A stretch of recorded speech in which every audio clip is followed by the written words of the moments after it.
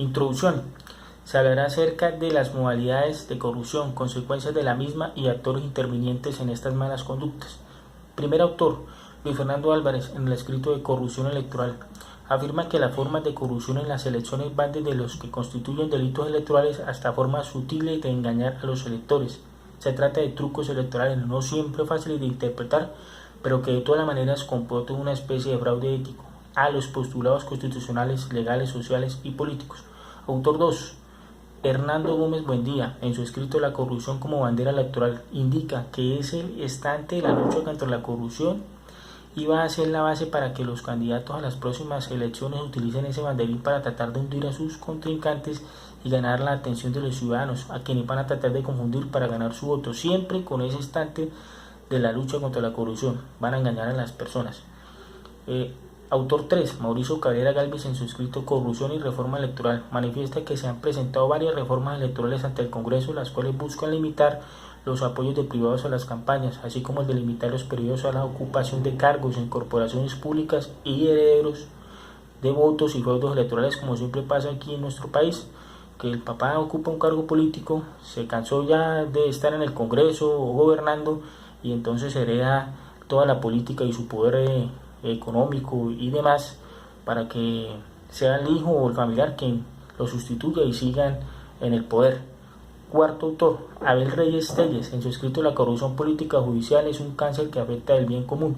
Para poder llegar a su objetivo de ocupar el cargo público, aquel político promete y se compromete con sus electores a que va a cumplir algo que no va finalmente a cumplir ante aquellas personas, y pacta compromisos con sus aliados quienes financiaron su campaña política. Por tal motivo, este señor deberá cumplirles con contratos públicos, contratación a familiares, entre otras actividades que son poco éticas. Quinto autor, Fernando Ariel Ávila, en su artículo Para políticos, narcos, guerrilleros y votos. Este escrito argumenta que la competencia electoral multipartidista, en vez de mejorar la calidad de la democracia, termina deteriorándola, toda vez que aumentará el riesgo de aparición de candidatos alineados con agentes criminales de diversos tipos, como anteriormente lo nombramos. Sexto autor, Gerardo Esteban Vargas, en su artículo La oligarquía colombiana y la corrupción electoral, quien manifiesta que la oligarquía colombiana ha sido muestra de corrupción y robo de elecciones y no muestra ese fraudes que más evidentes manifestó el señor director de cine Gustavo Bolívar. Primero, comprando votos. Segundo, pagando registradores. Tercero, financiando campañas con dineros del narcotráfico. Cuarto, adulterando las actas electorales. Quinto, amenazando electores. Sexto, sobrepasando los topes de financiación, entre otros tipos de corrupción. Séptimo autor, Antonio José Lizarazo, en su artículo ¿Dónde están las fallas del sistema electoral?, manifiesta que no hay claridad en las reglas de juego aplicables a los procesos electorales. Hay ambigüedad, hay visos normativos o normas contradictorias, y eso por compuesto afecta mucho la forma como las autoridades se desempeñan durante el proceso, y con mayor razón afecta los derechos fundamentales de los ciudadanos que no saben a qué atenerse en cada uno de los temas del proceso electoral. Autor 8, Alejandra Barrios, en su artículo Colombia, elecciones, balas y corrupción, habla acerca de la capacidad de líderes que ocupan cargos públicos, que utilizan el presupuesto del Estado para desviarlos e invertirlos en las campañas electorales. Se aprovechan de las necesidades de la ciudadanía que se encuentra en estados de vulnerabilidad, como lo es el tema de la ola invernal. Se aprovechan estos políticos corruptos para ofrecer apoyo a estas personas desamparadas a cambio de votos. Autor 9, Cecilia Orozco Tascón, en su artículo Una calamidad política de corrupción, indica que las elecciones donde más se presenta corrupción es en la de alcaldes y gobernadores, porque en las elecciones locales la participación en política de contratistas, la influencia de las organizaciones criminales y la profunda habilidad de los partidos y el Estado hacen más difícil controlar el funcionamiento del sistema electoral.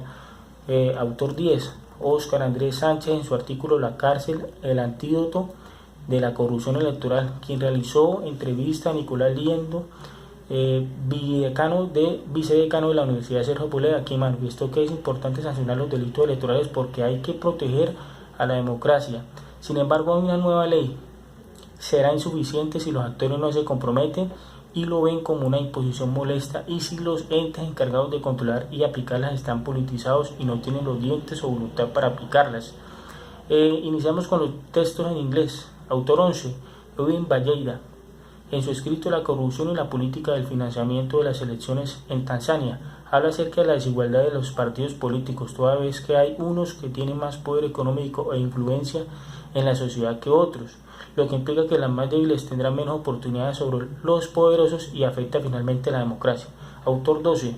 Isabela Mares, en su escrito La corrupción electoral, causas, consecuencias y reformas, habla acerca de la corrupción electoral en Alemania y Gran Bretaña en el siglo XIX. En el primer país predominaba la compra de votos y en el segundo la intimidación económica. Lo que podemos concluir es que de esta manera ilegales de ganar votos es la misma que en la actualidad afecta a nuestro país y se ve en Colombia, y que al igual que esas dos potencias, Colombia ha hecho reformas para fortalecer las penalidades a los corruptos, pero ellos buscan la manera de evadirla. Como dicen acá, echa la ley, echa la trampa. Autor 13. Sarah Birchen, en su escrito Corrupción electoral, manifiesta que las elecciones se pueden descomponer por el bien de conveniencia en tres tipos, según el objeto: la manipulación de los partidos políticos, la manipulación de votantes y la manipulación de la votación.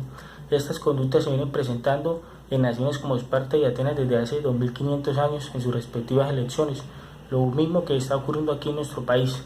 Autor 14. Max Burson, en su escrito electoral Corrupción, indica detalladamente todas las violaciones flagrantes del procedimiento electoral y que asimismo son ignoradas cuando se presentan las denuncias, lo mismo que ocurre aquí en nuestro país. Autor Norman Ward, en su escrito Corrupción electoral y elecciones controvertidas, indica que la corrupción debe describirse y probarse antes de que cualquier resultado de las elecciones pueda verse afectado. Por lo tanto, el criterio es confiable solo en la medida en que los dispositivos legislativos relevantes sean efectivos. En la medida en que las leyes que prevean la investigación de malas prácticas electorales son operativas, se desaconsejará el soborno y la personalidad. Conclusión: finalmente podemos evidenciar que los actos de corrupción en las elecciones se han venido realizando desde las sociedades más antiguas y que como consecuencia afectan a la democracia y a las esperanzas del pueblo, quienes pierden la fe en los políticos. Cordial saludo, muchas gracias.